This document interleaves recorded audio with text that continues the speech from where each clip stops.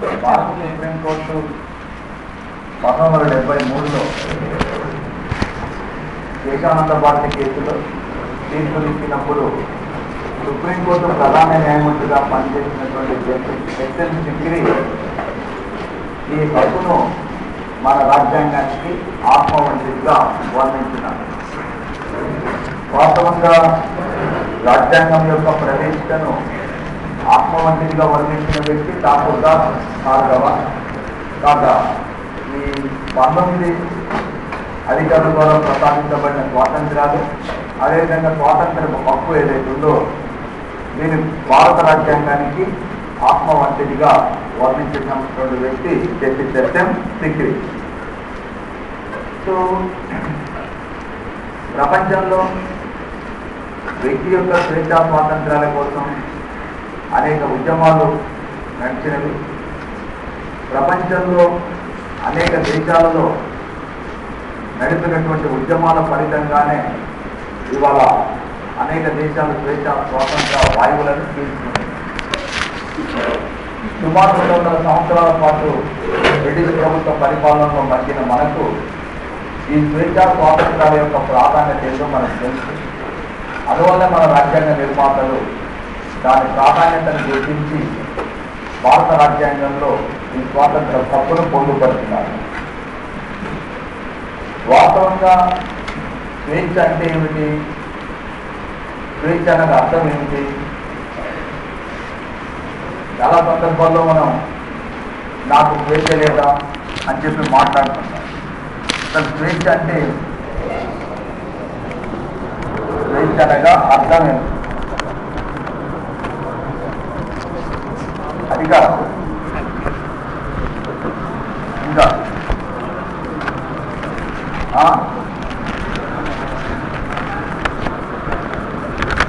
ఏంటంటే అవకాశం.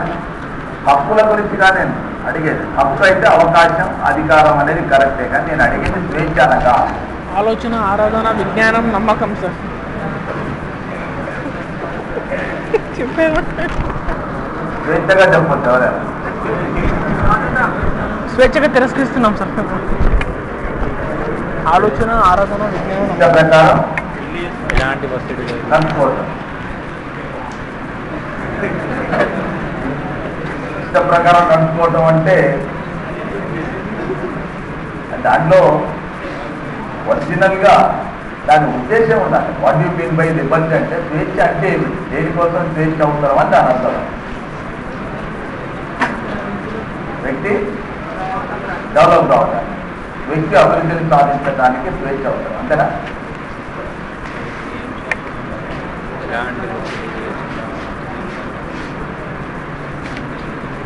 అభిప్రాయం చెప్పడానికి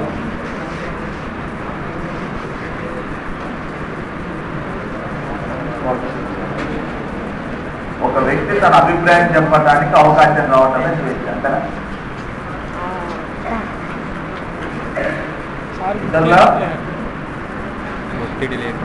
ఇతరులకు భంగం కలగకుండా ఉండేటటువంటిది స్వేచ్ఛపై ఉండే పరిమితి. ఒక వ్యక్తి తన స్వేచ్ఛను అనుభవించేటప్పుడు ఇతరుల స్వేచ్ఛకు భంగం కలిగించరాదు అని చెప్పటం వ్యక్తి స్వేచ్ఛపై ఉండేటటువంటి పరిమితిగా దృష్టిలో పెట్టుకోవాలి.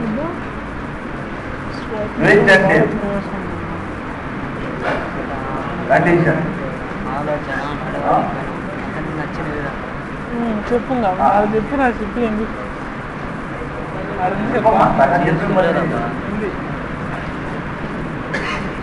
సరే. ప్రపంచంలో స్వేచ్ఛకు ఎవరూ కరెక్ట్ అయిన నిర్వచనం ఇవ్వలేదు. మీరే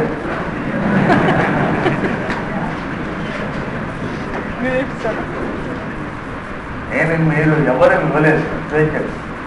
ఎందుకంటే స్వేచ్ఛ అనేది ఒక ప్రఖ్యాత మానసిక భావన. అంటే you can not define it exactly. Of course we can define, మనం నిర్వచించవచ్చు.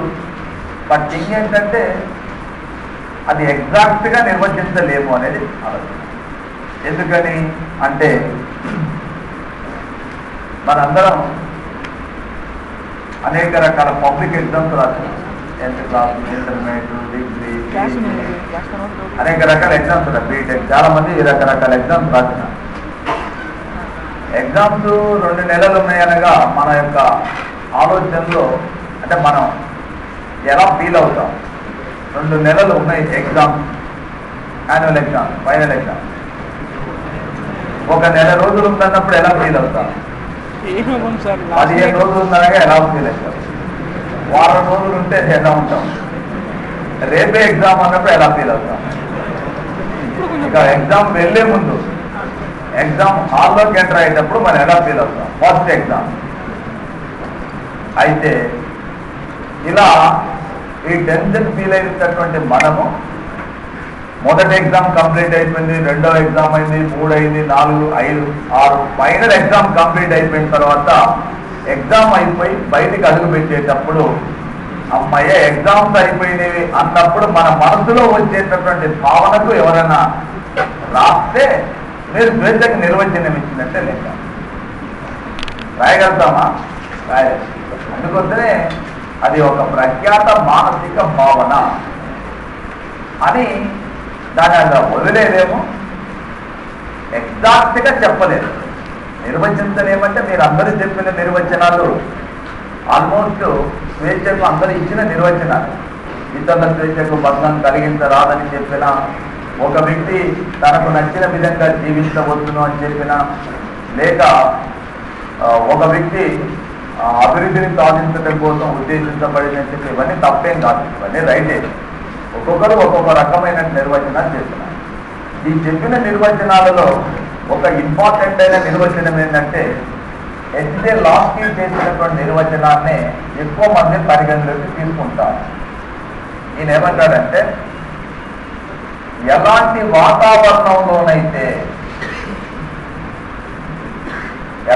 వాతావరణంలో ఒక వ్యక్తి పరిపూర్ణ అభివృద్ధిని సాధించడానికి అవకాశం ఉంటుందో అలాంటి వాతావరణాన్నే స్వేచ్ఛగా పేర్కొన్నారు.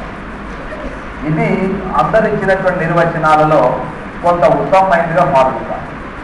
మరికొంతమంది ఏమంటారంటే ప్రభుత్వం యొక్క అధిక జోక్యానికి వ్యతిరేకమైనది స్వేచ్ఛ అంటే.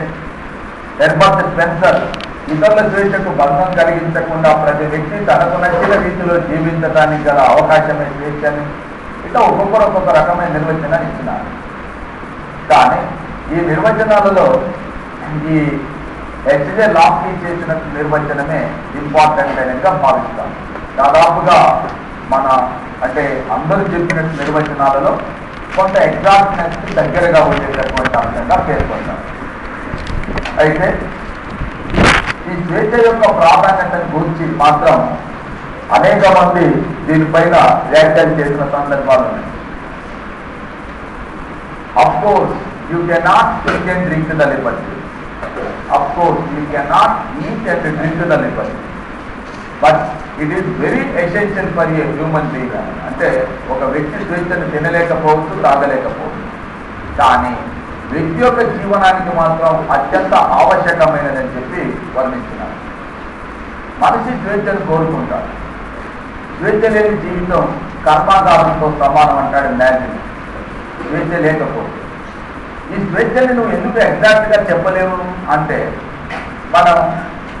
మన రక్తం పంచుకొని జన్మించినటువంటి అంటే జనరల్గా హ్యూమన్ రిలేషన్స్లో రక్తం పంచుకొని జన్మించినటువంటి సోదరులతో కానీ లేకపోతే మన సిస్టర్స్తో కానీ ఆఖరికి తల్లిదండ్రులతో కానీ బంధువులతో కానీ అనేక సందర్భాలలో మీరు ఆ వాతావరణాన్ని అనుభవించే ఉంటారు. అంటే హ్యూమన్ రిలేషన్స్లో చాలా సందర్భాల్లో ఆ మానసిక ఒత్తిడి గురైనప్పుడు నీకు చికాకు అవుతుంది. ఈవెన్ వైఫ్ అండ్ హస్బెండ్ కావచ్చు, లేకుంటే తల్లిదండ్రులతో కావచ్చు, బ్రదర్స్తో కావచ్చు, బంధువులతో కావచ్చు, స్నేహితులతో కావచ్చు, ఎవరితోనైనా కావచ్చు. మన మీద ఒక ఒత్తిడి వాతావరణం తీసుకొచ్చినప్పుడు మనం దాన్ని వ్యతిరేకిస్తున్నాం. నేను నాకు స్వేచ్ఛ కావాలని కోరుకుంటాను. ప్రతి వ్యక్తి కూడా అలా కోరుకోవడం సర్వసాధారణం. ఎందుకంటే మనిషి స్వేచ్ఛగా ఉన్నప్పుడు ఎలాంటి భారాన్ని అయినా మోస్తుంది. స్వేచ్ఛను కోల్పోయినప్పుడు ఎంత చిన్న అంశమైన చికాకు తీస్తుంది. కాబట్టి స్వేచ్ఛ అనేది ఒక ప్రఖ్యాత మానసిక భావన. కారణం ఈ స్వేచ్ఛకు సంబంధించి ఒక కోణం నుంచి చెప్పటం కాదు. స్వేచ్ఛ అనగానే మన వాళ్ళు ఒక భావాన్ని వ్యక్తీకరించడం మాత్రమే స్వేచ్ఛ కాదు. మీరు ఇక్కడ రాసిన అన్ని స్వేచ్ఛకు సంబంధించి, ఇవి కాకుండా ఇంకా చాలా అంశాలు. మీరు రాజ్యాంగ ప్రవేశిక గురించి చెప్పేటప్పుడు రాజ్యాంగ ప్రవేశికలో స్వేచ్ఛ, సమానత్వం, సౌభ్రాతృత్వం అనే పదాల గురించి చర్చించేటప్పుడు స్వేచ్ఛకు ఎదురుగా మనం కొన్ని పదాలు రాసినాం. ఆలోచన, విశ్వాసం, నమ్మకం, ఆరాధన. అంటే మనకు నచ్చినటువంటి భగవంతుని పూజించడం కూడా స్వేచ్ఛకు సంబంధించి. మన భావాలను ఆచరించడం కానీ, మనకు నచ్చిన వృత్తిని చేపట్టడం కానీ, నచ్చిన చోట శ్రీనివాసాన్ని ఏర్పాటు చేసుకోవటం కానీ, మనకు నచ్చిన కల్చర్ సంస్కృతిని ఆచరించటం కానీ, మనకు నచ్చినటువంటి విద్యను అభ్యసించటం కానీ, ఇవన్నీ కూడా స్వేచ్ఛ కిందికే వస్తాయి. అంటే వ్యక్తి స్వేచ్ఛా వాతావరణంలోనే పరిపూర్ణమైన అంటే చాలా అంశాలు ఉన్నాయి దాంట్లో. ఆర్థిక, సామాజిక, రాజకీయ, సాంస్కృతిక, నైతిక, మత అన్ని అంశాలు కూడా దాంట్లో ఉన్నాయి. విద్యాపరమైన అన్ని రంగాలలో అభివృద్ధి సాధించినప్పుడే వ్యక్తి పరిపూర్ణమైనటువంటి అభివృద్ధిని సాధిస్తారు. కాబట్టి మానవ జాతి చరిత్రలో ఈ స్వేచ్ఛ కోసం అనేక ఉద్యమాలు నడుస్తున్నవి కూడా. ఒకనాడు అమెరికా స్వాతంత్ర పోరాటంలో కీలక పాత్ర పోషించినటువంటి ఫ్యాక్టరీకి హెన్రీ అంటారు, మాకు స్వేచ్ఛగానే ఇవ్వండి లేక చావనివ్వండి అంటారు. అంటే మాకు స్వేచ్ఛనైనా ప్రసాదించండి, లేకపోతే చావనివ్వండి. ఆ స్వేచ్ఛ లేకపోతే ఈ జీవితం ఎందుకు వచ్చింది? అదేవిధంగా ఈ స్వేచ్ఛా స్వాతంత్రాల కోసం 26 సంవత్సరాల పాటు జైలు జీవితాన్ని అనుభవించినటువంటి నెల్సన్ మండేలా చెప్తారు ఆ స్వేచ్ఛ ప్రాధాన్యతను గురించి. నేను దక్షిణాఫ్రికా ప్రజలకు ఆరాధ్య దైవం కావచ్చు, నాకు చాలా గొప్పగా కీర్తించవచ్చు. నాకు మాత్రం స్ఫూర్తినిచ్చినటువంటి యువకుడు బెంజమిన్ మొలైజ్ అంటారు. బెంజమిన్ మొలైజ్ అనేటటువంటి వాడు ఒక 18 years అంటే 18 సంవత్సరాల పిల్లవాడు. అతడు దక్షిణాఫ్రికాలో ఉన్న ప్రజల జీవనం పైన, అక్కడ బ్రిటిష్ ప్రభుత్వ పరిపాలన పైన ఒక కవిత రాస్తాడు.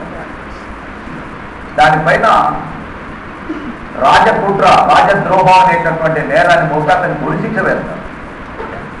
ఉరిశిక్ష వేసినప్పుడు తెల్లవారుజామున అబ్బాయిని తీసుకెళ్తుంటాడు ఉరి తీయటానికి. అప్పుడు అతను ఒక నినాదం చేస్తూ వెళ్తాడట, నన్ను కన్నా నా నేలపై నా రుధిరం వర్షిస్తుంది, అది రేపటి భవిష్యత్తుకు బాటలు వేస్తుంది అని చెప్పి అంటారు. అందుకనే బెంజమిన్ మొలైజ్ చెప్పినటువంటి ఆ వ్యాఖ్య నాకు స్ఫూర్తి అంటాడు నెల్సన్ మండేలా. అంటే భగత్ సింగ్ని ఉరి తీసేటప్పుడు నీ చివరి కోరిక ఏంటంటే ఆయన చెప్పింది కూడా, నాకు మరో జన్మంటూ ఉంటే ఈ భరతమాత ముద్దు బిడ్డగా జన్మించి ఈ భరతమాత యొక్క దాస్య శృంఖలాలను, ఈ పరాయి పరిపాలన, వలసవాద పరిపాలన, బ్రిటిష్ వారి యొక్క పరిపాలన నుంచి విముక్తం పొందడం కోసం ఇలాంటి ఉరిశిక్షలు ఎన్నైనా అనుభవించాలని చెప్పి కోరుకుంటాను. చివరి కోరిక అని చెప్తాను. అంటే ఇలా ప్రపంచ చరిత్రలో, మానవ జాతి చరిత్రలో స్వేచ్ఛా స్వాతంత్రాల కోసం అనేక మంది త్యాగాలు చేసినారు. కాబట్టి ఈనాడు మనం స్వేచ్ఛా స్వాతంత్రాలను అనుభవిస్తున్నాం. అలాంటి స్వేచ్ఛను ప్రాధాన్యతను గుర్తించిన రాజ్యాంగ నిర్మాతలు భారత రాజ్యాంగంలోని ఈ 19 నుంచి 22 వరకు అధికరణంలో స్వాతంత్ర హక్కును పొందుపరచడం జరిగింది. అయితే ఇక్కడ మనకు రాసినటువంటి అంశాలు ఒక అధికరణకు సంబంధం, ఒక్క అధికరణను పొందుపరిచినటువంటి అంశాలు. 19 అధికరణలో 19(1)(a)లో వాక్ స్వాతంత్రం, భావ ప్రకటన స్వాతంత్రం, సభలు సమావేశాలు నిర్వహించుకోవటం, సంఘాలు సంస్థలు స్థాపించుకోవటం, సంచార స్వాతంత్రం, అదేవిధంగా స్థిర నివాస స్వాతంత్రం, వృత్తి స్వాతంత్రం.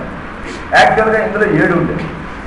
ఇక్కడ 19(1)(f)లో తాను మర్చిపోయి రాయలేదు అనుకోకండి, లేదు, రాజ్యాంగంలో కూడా ఇలా ఉంటుంది. ఎందుకంటే ఒక ఆయన నన్ను ఎదురుగా కూర్చొని తాను అక్కడ మీరు మర్చిపోయి సార్ రాయను, రాజ్యాంగం నేను రాసేందుకు అవకాశం లేదు, నన్ను రాయనివ్వదు కాబట్టి నేను రాయలేదు. అందుకోసం నాకు అది లేదు. యాక్చువల్గా విషయం ఏంటంటే ఇక్కడ మీ అందరికీ మనం స్టార్టింగ్లో చెప్పిన అంశం ఇక్కడ కూడా ఉంటుంది. 1978లో 44వ రాజ్యాంగ సవరణ ద్వారా ఈ ఆస్తి హక్కుని ప్రాథమిక హక్కుల జాబితా నుంచి తొలగించేటప్పుడు ఇక్కడ ఉన్నటువంటి ఆస్తి స్వాతంత్ర్యాన్ని కూడా తొలగించినారు. ఏమనండి ఇంతకుముందు ఇక్కడ ప్రతి వ్యక్తి కూడా ఆస్తిని సంపాదించడానికి అనుభవించడానికి ఇతరులకు సంక్రమింపజేయటానికి అంటే వారసులకు వీళ్ళకు సంక్రమింపజేయటానికి ప్రతి వ్యక్తికి స్వేచ్ఛను కల్పించేటటువంటి అంశం ఇక్కడ ఉండేది. ఆస్తిని సంపాదించడానికి, అనుభవించటానికి, అన్యాక్రాంతం చేయడానికి ప్రతి వ్యక్తికి కూడా స్వేచ్ఛను కల్పించేటటువంటి అవకాశం ఉండేది. దానిని ఈ 44వ రాజ్యాంగ సవరణ ద్వారా ఆస్తి హక్కును తొలగించేటప్పుడు, ఆస్తి హక్కును ప్రాథమిక హక్కుల జాబితా నుంచి తొలగించేటప్పుడే ఈ ఆస్తిని సంపాదించి, అనుభవించి, అన్యాక్రాంతం చేసే స్వాతంత్రాన్ని కూడా తొలగించినారు. కాబట్టి ప్రస్తుతం 19వ అధికరణ ద్వారా మనకు కల్పించేటటువంటి స్వాతంత్రాలు కూడా 6. సో రాజ్యాంగం అమల్లోకి వచ్చినప్పుడు ప్రాథమిక హక్కుల సంఖ్య 7. ఏ హక్కును తొలగించినారు? 6. అదేవిధంగా భారత రాజ్యాంగం అమల్లోకి వచ్చినప్పుడు 19వ అధికరణ ద్వారా కల్పించబడిన స్వాతంత్రాలు 7. దాంట్లో ఏది తొలగించినారు? ఆస్తిని సంపాదించి, అనుభవించి, అన్యాక్రాంతం చేసే స్వాతంత్రాన్ని తొలగించినాం. కాబట్టి ప్రస్తుతం లభించే స్వాతంత్రాలు 6. ఓకే. సో దాంట్లో మనకు ఈ వాక్ స్వాతంత్రం, భావ ప్రకటన స్వాతంత్రం, ఎలాంటి ఆయుధాలు ధరించకుండా ప్రశాంత వాతావరణంలో సభలు సమావేశాలు నిర్వహించుకోవడానికి అవసరమైనటువంటి స్వేచ్ఛా స్వాతంత్రం, వ్యక్తి యొక్క సమగ్రమైన అభివృద్ధి కోసం తోడ్పాటును అందించే సంస్థలని, సంఘాలను స్థాపించుకోవడానికి స్వేచ్ఛ, దేశంలో ఏ ప్రాంతంలోనైనా సంచరించేటటువంటి స్వాతంత్రం, ఎక్కడైనా స్థిరనివాసాన్ని ఏర్పాటు చేసుకోవటం, ఏదైనా వృత్తిని, తమకు నచ్చిన వృత్తిని చేపట్టేటటువంటి స్వేచ్ఛ. ఇందులో మనకు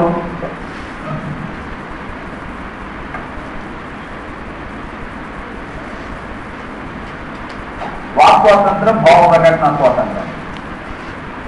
ఈ వాక్ స్వాతంత్రం, భావ ప్రకటన స్వాతంత్రం ఒక వ్యక్తికి ఎందుకు అవసరం? నీకు కానీ, నాకు కానీ, ఎవరికైనా ఈ స్వేచ్ఛా స్వాతంత్రం ఎందుకు అవసరం?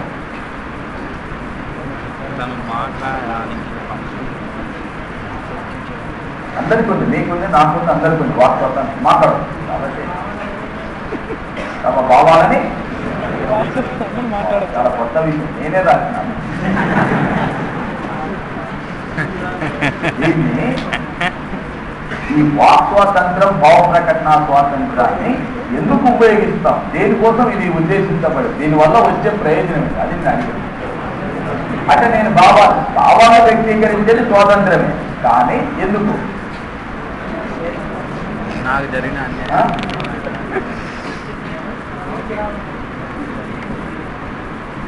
నిత్య జీవితంలో కావాల్సిన అవసరాలను తీర్చుకోవటం వాక్ స్వాతంత్రం, భావ ప్రకటన స్వాతంత్రం. నాకు లింక్ అర్థం కాదు.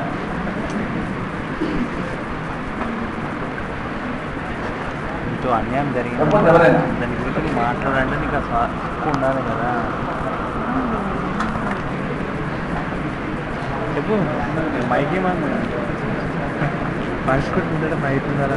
ఇంతమంది మేధావులు, రాబోయే గ్రూప్ 1, గ్రూప్ 2 ఆఫీసర్లు స్వేచ్ఛ ఎందుకు అవసరం అంటే ఏదో అర్థం కాదు. మాట్లాడండి, ఇంటర్వ్యూ పోతే ఇట్లా మాట్లాడితేనే మన ఏం మాట్లాడుతుంది, దాంతో ఏం మాట్లాడితే నేను ఏం మాట్లాడను అంటే మీరు కూర్చుంటారా? అయితే ఫ్రీగా కూర్చుంటే ఫ్రీగా మాట్లాడచ్చు కదా.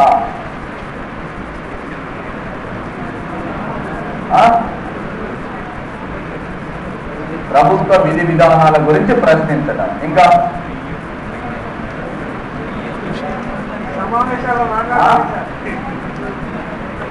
అన్యాయం జరిగినప్పుడు న్యాయం కోసం పోరాటం చేయడం, అదే కదా. అదే న్యాయం కోసం ప్రశ్నించడం, అదే కనుక రైట్. రైట్. ఇంకా స్వేచ్ఛకు తొలిమెట్టు ఫర్ వాట్? ఓకే, తొలిమెట్టు ఎక్కుతుంది. నేను అడిగింది కూడా తొలిమెట్టు ఎక్కడికి ఎక్కుతున్నావు, ఎందుకు ఎక్కుతున్నావు, దేనికోసం ఎక్కుతున్నావు, అదే నేను అడిగింది. ప్రశ్న రేపు అడిగితే ఒక్క పదం వచ్చింది, అభివృద్ధిని సాధించడం. ఇంకా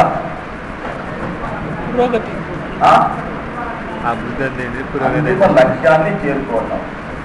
రిమోట్ పదాలు గమ్మత్ ఏంటంటే మీ యొక్క మేధాశక్తిని ఎవడు అంచనా కట్టలేదు. ఎందుకంటే మామూలు అంశాలని చెప్పట్లేదు, అసలు రిమోట్ అంటే ఇంపార్టెంట్ మంచి లక్ష్యాలు చెప్పగలుగుతున్నారు, సింపుల్ అంశాలు చెప్పట్లేదు. చాలా రిమోట్ గా ఉండేటటువంటి అంటే పరిశోధిస్తే కానీ చెప్పలేనటువంటి అంశాలు చెప్తున్నారు. అందుకనే మీరు కెనాట్ ఇమాజిన్ యువర్. విషయం ఏంటంటే ఏ వ్యక్తి అయినా కూడా వాక్ స్వాతంత్రం, భావ ప్రకటన. ఇంతకుముందు ఎవరు చెప్తున్నారు మన భావాలు వ్యక్తీకరించడం అంటే మన భావాలు వ్యక్తీకరించడం, ఇతర భావాలు మనం వినమైంది అది కూడా దాంట్లోనే వస్తుంది. ఒక వ్యక్తి స్వేచ్ఛగా తన భావాలను వ్యక్తీకరించడమే కాకుండా ఇతరుల యొక్క భావాలని తెలుసుకోవడానికి కూడా ఈ స్వేచ్ఛ అవసరం. నువ్వు పేపర్ చదివేది నీ భావాలు తెలుసుకోవడానికి కాదు కదా. మన పేపర్ చదివటం అనేది ఇతర భావాలు తెలుసుకోవడానికి మనం ప్రయత్నం చేస్తాం తప్ప మన భావాలు అక్కడ రాసి మనం చదువుకోం కదా. వాక్ స్వాతంత్రం, భావ ప్రకటన స్వాతంత్రం దేనికోసం అంటే ఫస్ట్ ఆఫ్ ఆల్ జ్ఞానాన్వేషణ.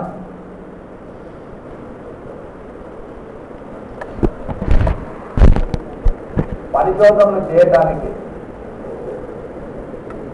వాస్తవికతను రాబట్టడానికి,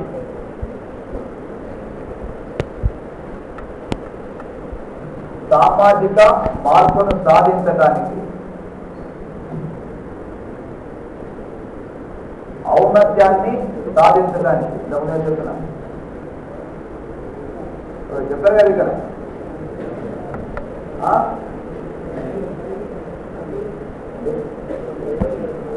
అభివృద్ధి రాసిన ఇంకేదో చెప్పారంటే మంచి పదం చెప్పినా మర్చిపోయాడు.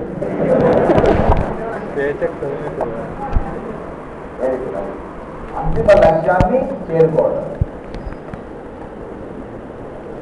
అయితే ఈ పదంలో మన ఔన్నత్యం కానీ వాస్తవికత కానీ ఇవన్నీ కూడా కొంచెం రిమోట్గా ఉంటుంది.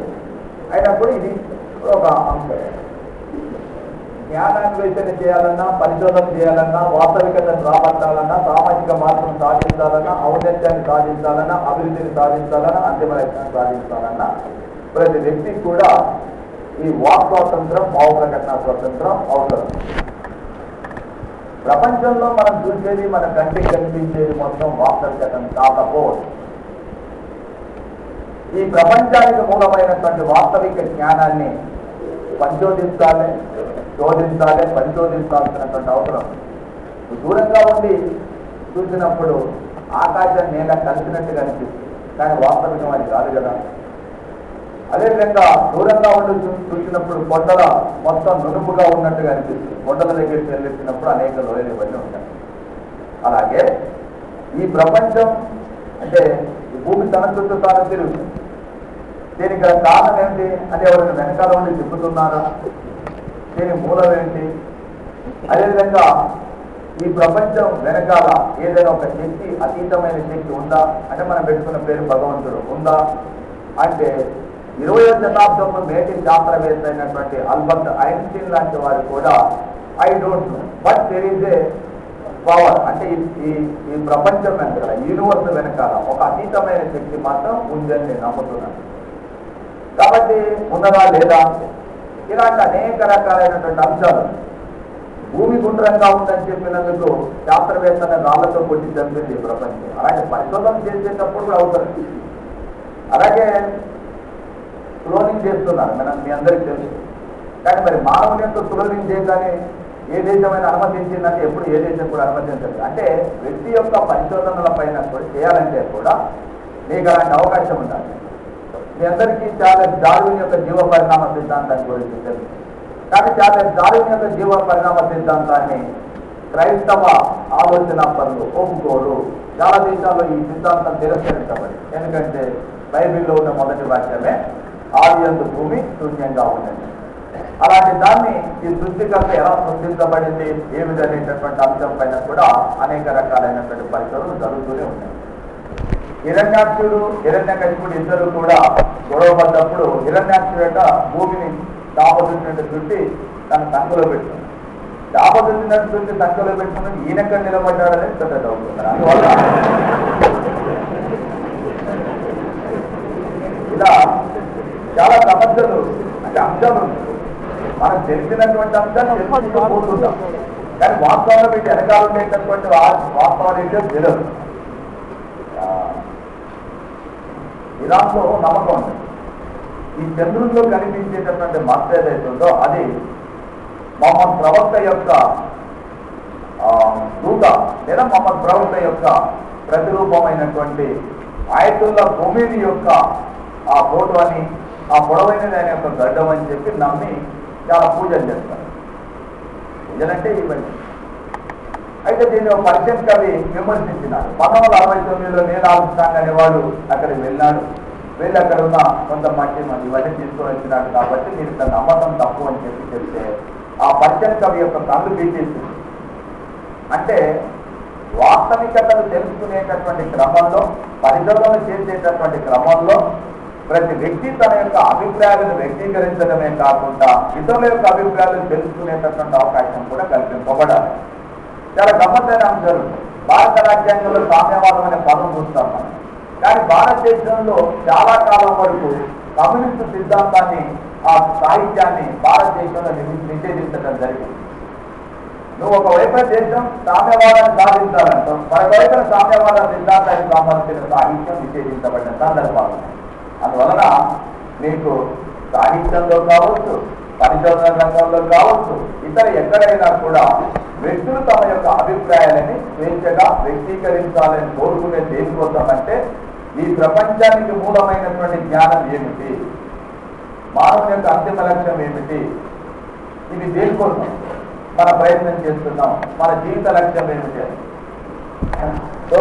సందర్భంలో నేనెవరిని, ఎక్కడి నుంచి ఇక్కడికి వచ్చాను, ఇక్కడి నుంచి మరెక్కడికి వెళతాను, జననానికి ముందు నేనున్నానా, మరణం తర్వాత నేనుంటానా, అసలు నాలో నేను ఎవరు అని చెప్పి ప్రశ్నిస్తారు. ప్రపంచంలో ఇంతవరకు ఎవరూ కూడా ఈ ప్రశ్నకు సమాధానాలు చెప్పలేదు. ఎందుకంటే మానవుని యొక్క జీవితం ముందు వెనక లాస్ట్, ముందున్నటువంటి లాస్ట్ పేజీలు చినిగిపోయిన పుస్తకం వంటిది. మానవుని యొక్క జీవితం అనేది, మన జీవితాలు ముందు పేజీలు వెనక పేజీలు చినిగిపోయిన పుస్తకం వంటిది. దాని అర్థం ఏంటిది? జననానికి ముందు ఏముందో నీకు తెలియదు, మరణం తర్వాత ఏముంటుందో నీకు తెలియదు. నీకు తెలిసినది ఏమిటంటే ఈ జీవితం వరకు.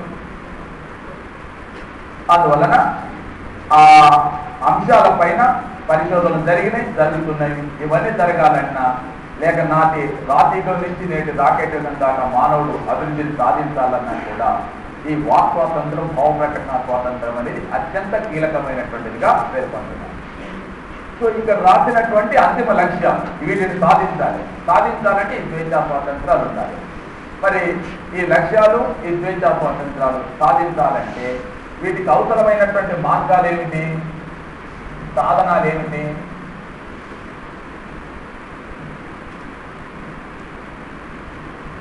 ఈ స్వేచ్ఛా స్వాతంత్రాలు వ్యక్తీకరించడానికి సాధనాలు ఏంటంటే చాలా తీవ్రంగా ఆలోచిస్తున్నారు.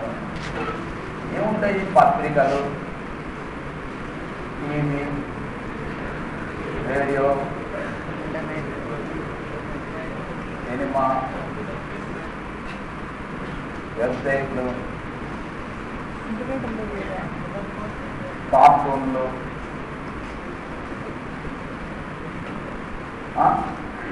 ఇక మీ ఇష్టం ఏదైనా చెప్పాలి. మామూలు వ్యక్తీకరించేటటువంటి ఏదైనా దానికి ఏమి చెప్పాలి.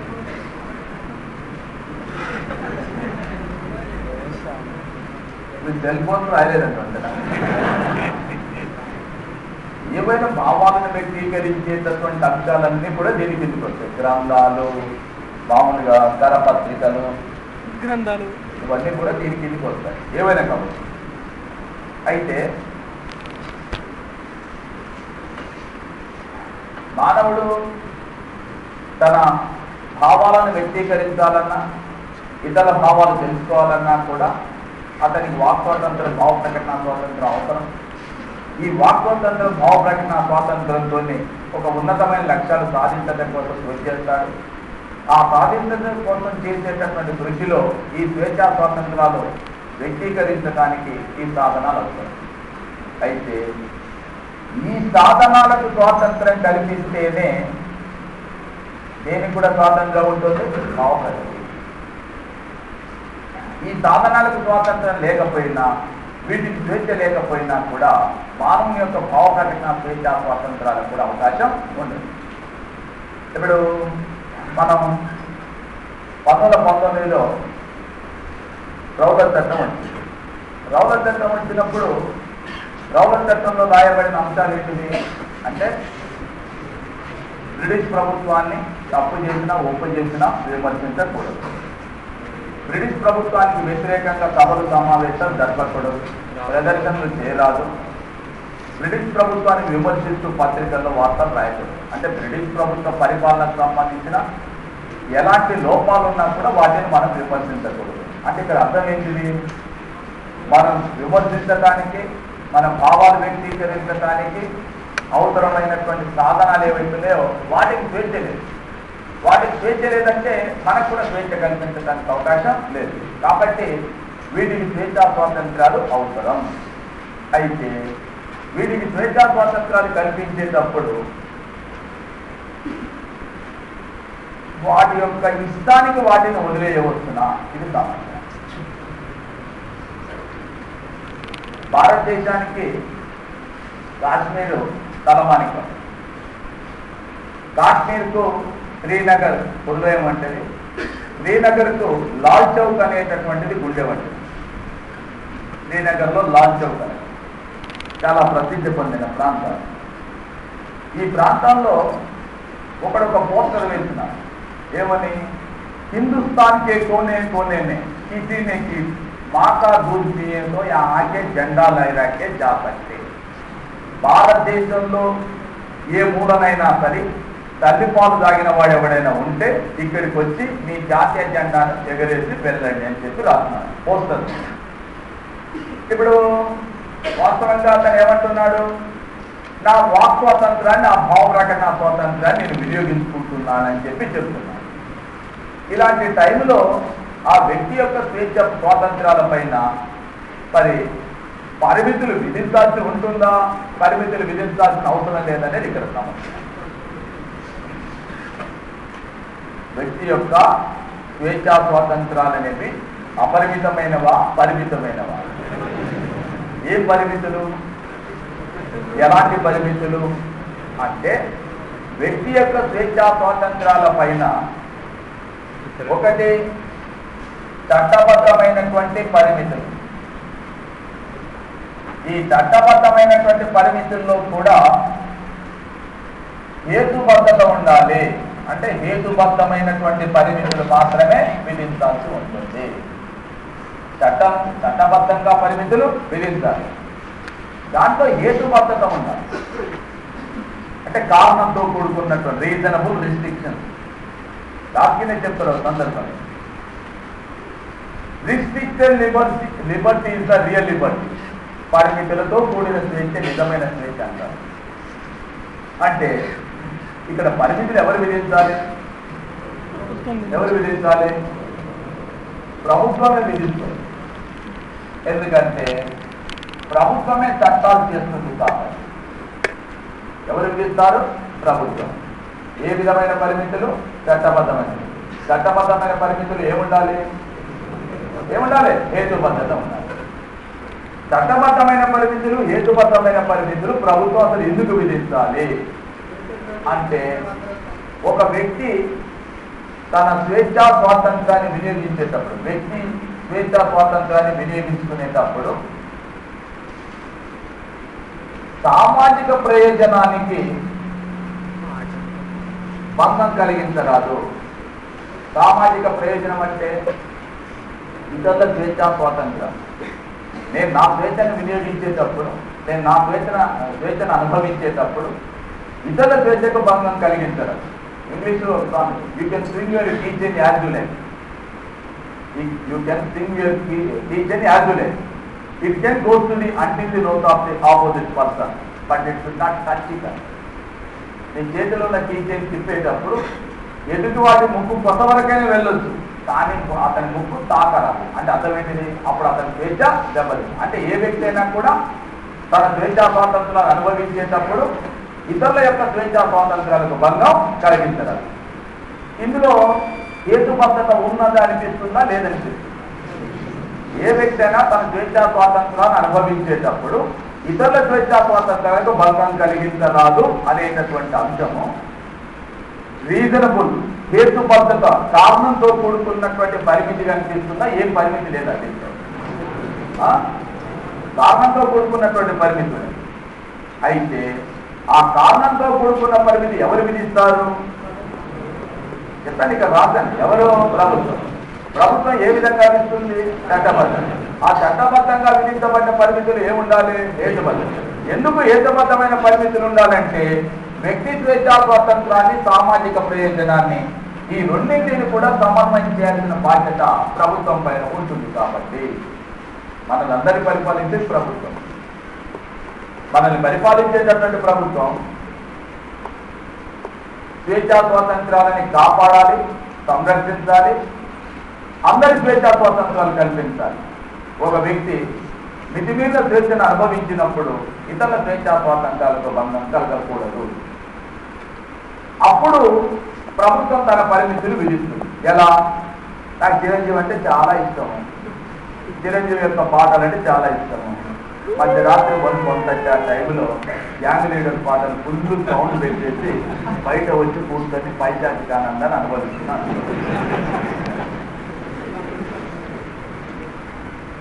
పాటించడం పోలీస్ స్టేషన్ ఫోన్ చేస్తాను. సరే మీరు ఎవరో మొత్తానికి మాత్రం నిద్ర లేదు, ఇదేంటిది అర్ధరాత్రి తప్పుడేది ఏం పరిస్థితి ఏంటంటే పోలీసులు వచ్చి నువ్వు నీ దగ్గర టేప్ రికార్డు ఈ సిస్టమ్ ఇవి ఉండటం మూలంగానే నువ్వు ఇలా చేస్తున్నావు కాబట్టి వీటిని నువ్వు ఇప్పటి నుంచి పెట్టరాదు, ఎట్టి పరిస్థితుల్లో వీటిని నువ్వు ఇప్పుడు వినియోగించరాదు అని చెప్పి రిస్ట్రిక్షన్ పెట్టి, లేదా నువ్వు టేప్ రికార్డు ఉండబట్టే కదా నువ్వు ఎంత చెప్పి అది తీసుకొని వాడు వెళ్ళిపోయిందని. ఇది ఏ పరిమితి? రెండు, అయ్యా నీ చిరంజీవి నాకు కూడా చిరంజీవి అంటే ఇష్టమే, నైట్ నువ్వు పాటలు వినొచ్చు కానీ నువ్వు ఇంట్లో వినాలి, ఇతరులకు అంటే డిస్టర్బెన్స్ చేసేటటువంటి విధంగా నువ్వు వినకూడదు. అలా విన్నట్లయితే నీ మీద చర్య తీసుకోవాల్సి వస్తుంది, లేక చిత్తాన్ని తీసుకోపోవాల్సి వస్తుంది, నీ ఇష్టం అన్నది. ఇది ఏ పరిమితి? అంటే మీరు చెప్పినటువంటి పరిమితిలో హేతుబద్ధత ఉంది. ఏమిటా హేతుబద్ధత అంటే నువ్వు స్వేచ్ఛను అనుభవించేటప్పుడు ఇతరుల స్వేచ్ఛకు భంగం కలిగిస్తారు. విద్యార్థులు అనేక ప్రదర్శన చేస్తుంటారు, స్కాలర్షిప్లు, ఫీజు రియంబర్స్మెంట్, వాటిపై ఫీజు రియంబర్స్మెంట్ వీటిపైన విద్యార్థి సంఘాలు పెద్ద ఎత్తున ప్రదర్శన చేస్తున్నారు. ప్రదర్శన చేసేటప్పుడు విద్యార్థులు అప్పుడప్పుడు మన పూర్వీకులు జ్ఞాపకం వచ్చి బస్సులకు రాళ్ళు, మన పూర్వీకులు అంటే అర్థమైంది, బస్సులకు రాళ్ళు వేసి దాంట్లో గాలి తీసేసి, లేకపోతే ఆఫీస్ దగ్గర పోయిన పూలకొండీలు పగలగొట్టి అలాంటి విధ్వంసం సృష్టించినారంట. రేపటి నుంచి ఏ అంశం పైన కూడా విద్యార్థుల ప్రదర్శనలు చేయకూడదు. ఏ అంశం పైన కూడా ప్రదర్శన చేసేటటువంటి హక్కు మీకు లేదు, మేము ప్రదర్శన నిషేధిస్తున్నాము అని ప్రభుత్వం ప్రకటించింది అనుకోండి. అది ఏ పరిస్థితి? అయ్యా మీ సమస్యలున్నాయి, మీరు వాటిని ప్రభుత్వం దృష్టికి తీసుకురావచ్చు, మీరు శాంతియుతంగా ప్రదర్శన చేసి ప్రభుత్వం దృష్టికి తీసుకురావచ్చు, కానీ ఎలాంటి విధ్వంసాలకు హింసాయుత చర్యలకు పాల్పడ్డట్టయితే నీ మీద నేను చర్య తీసుకుంటా అనుకుంటాను. ఇందులో ఏముంది? ఆ నిర్ణీత పరిమితికి హేతుబద్ధమైన పరిమితి. ఈ హేతుబద్ధమైన పరిమితి ఎవరు విధిస్తున్నారు? ప్రభుత్వం. ఏ విధంగా? చట్టబద్ధం. ఎందుకు అనంటే ఈ వ్యక్తి స్వాతంత్రానికి సామాజిక ప్రయోజనానికి మధ్యన సమన్వయం సాధిస్తాం. మీరు ఎప్పుడప్పుడు రోడ్డు మీద వెళ్ళేటప్పుడు కొంతమంది అటు ఒక 2 గర్రల పాటి మధ్యలో ఈ తాడు కట్టి తాడు పైన నడుస్తుంటారు. సైడ్ రోప్ పైన తాడు కట్టేసి 2 కర్రలు అటు ఇటు పోసేసి దానిపైన ఆ రెండింటి మధ్యన తాడు కట్టేసి ఆ తాడు మీద నడుస్తుంది. నడిచేటప్పుడు మన చేతిలో కర్ర ఉంటుంది, ఈ కర్రతోనే నడుస్తుంటారు. మరి తాడు మీద మాట్లాడటమే కష్టం అంటే కర్ర ఎందుకు అని అంటే కర్ర ఉంటేనే బ్యాలెన్స్. ఇప్పుడు ప్రభుత్వం చేసే పని అదే. ప్రభుత్వం చేతిలో ఉండేటటువంటి కర్రే బ్యాలెన్స్. అంటే ఇక్కడ వ్యక్తి స్వాతంత్రాన్ని కాపాడాలి, సామాజిక ప్రయోజనాలు, ఈ రెండింటిని బ్యాలెన్స్ చేయాలి. వ్యక్తి స్వేచ్ఛకు మితిమీరిన ప్రాముఖ్యం ఇస్తే, అంటే ఒకవైపు కర్ర ఒరిగితే నువ్వు కింద పడతావు, సామాజిక ప్రయోజనం దెబ్బతింటుంది. సామాజిక ప్రయోజనానికి ఎక్కువ ప్రాధాన్యత ఇవ్వాలని ప్రయత్నం చేస్తే వ్యక్తి స్వేచ్ఛ చెప్పలేదు. కాబట్టి రెండింటిని కూడా బ్యాలెన్స్ చేయాల్సినటువంటి బాధ్యత ఎవరిపైన ఉంటుంది అంటే రాజ్యం పైన, ప్రభుత్వం పైన ఉంటుంది. మరి రాజ్యం, ప్రభుత్వం ఎలా బ్యాలెన్స్ చేస్తుందంటే దేని ద్వారా? చట్టబద్ధమైన పరిమితి. ఈ చట్టబద్ధమైనటువంటి పరిమితుల్లో ఏముండాలి? హేతుబద్ధత ఉందా లేదని ఎవరు పరిశీలిస్తారంటే మళ్ళీ వీటిని, ఈ పరిమితులు ఏవైతుందో వీటిని న్యాయ వ్యవస్థ పరిశీలిస్తుంది. ఎవరు పరిశీలన చేస్తారో? న్యాయ వ్యవస్థ. దేనిని? హేతుబద్ధతని పరిశీలిస్తారు. ఎవరండి? న్యాయ వ్యవస్థ. ఇక్కడ మీరు భారత రాజ్యాంగం అమల్లోకి రాగానే ఈ అంశం పైనే సమస్యలు వచ్చాయి. సమస్యలు ఎలా వచ్చాయి అంటే వ్యక్తి స్వేచ్ఛ స్వాతంత్రాల పైన అసలు ఎలాంటి పరిమితులు ఉండాలా, ఉండకూడదు అనే అంశం వచ్చినప్పుడు 1951లో ఏప్రిల్లో భారత రాజ్యాంగ సవరణ, మొదటి సవరణ జూన్లో ఆమోదించినారు, ఏప్రిల్లో ప్రతిపాదించినారు 1950. ఏమిటి సవరణ అంటే వ్యక్తి యొక్క స్వేచ్ఛా స్వాతంత్రాల పైన హేతుబద్ధమైన పరిమితులు విధించడానికి ప్రభుత్వాలకు అవకాశం కల్పిస్తూ రాజ్యాంగంలో కొన్ని పరిమితులను చేర్చినారు. మొదటి రాజ్యాంగ సవరణ ద్వారా వ్యక్తి స్వేచ్ఛా స్వాతంత్రాల పైన హేతుబద్ధమైన పరిమితులు విధించడానికి ప్రభుత్వాలకు అవకాశం కల్పిస్తూ రాజ్యాంగంలో కొన్ని అంశాలు చేర్చినారు. ఈ అంశాలు చేర్చేటప్పుడు వాటిని ఎవరు ఈ రాజ్యాంగ సవరణ పైన మాట్లాడతారు.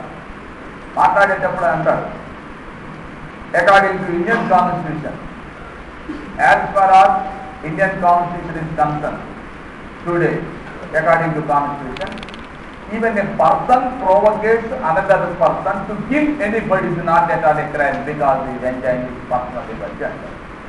ఇప్పటికిప్పుడు భారత రాజ్యాంగం ప్రకారం చూస్తే ఒక వ్యక్తి అంటే మరొక వ్యక్తిని గురిగొలుపుతున్నాడు. ఏమని? ఫలానా వాడిని హత్య చేయి. అది కూడా నేరం కాదు. ఎందుకు కాదంటే ఆ వ్యక్తి తన వ్యక్తి స్వేచ్ఛను అనుభవిస్తున్నాడు, వాక్ స్వాతంత్రాన్ని అనుభవిస్తున్నాడు, భావ ప్రకటనను తెలియజేస్తున్నాడు అనే ప్రమాదం ఉంది.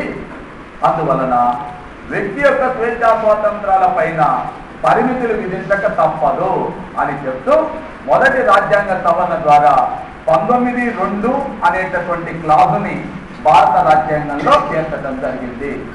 మరి 19(2) ఏం చెప్తున్నది ఇక్కడ అంటే, ఒకటి, ఈ వ్యక్తి స్వేచ్ఛా స్వాతంత్రాలను వినియోగించేటప్పుడు ఏ వ్యక్తి అయినా కూడా దేశ సార్వభౌమత్వాన్ని సవాలు చేయకూడదు. సవాలు చేసే విధంగా వినియోగించరాదు. ఈ స్వాతంత్రాన్ని వేటినైనా వాడుకునేటప్పుడు, వినియోగించేటప్పుడు. 2, దేశ సమైక్యత సమగ్రతలకు భంగం కలిగించరాదు. శాంతి భద్రతలకు భంగం కలిగించరాదు. హింసను ప్రోత్సహించరాదు. ఇతరుల పరువు మర్యాదలకు భంగం కలిగించరాదు.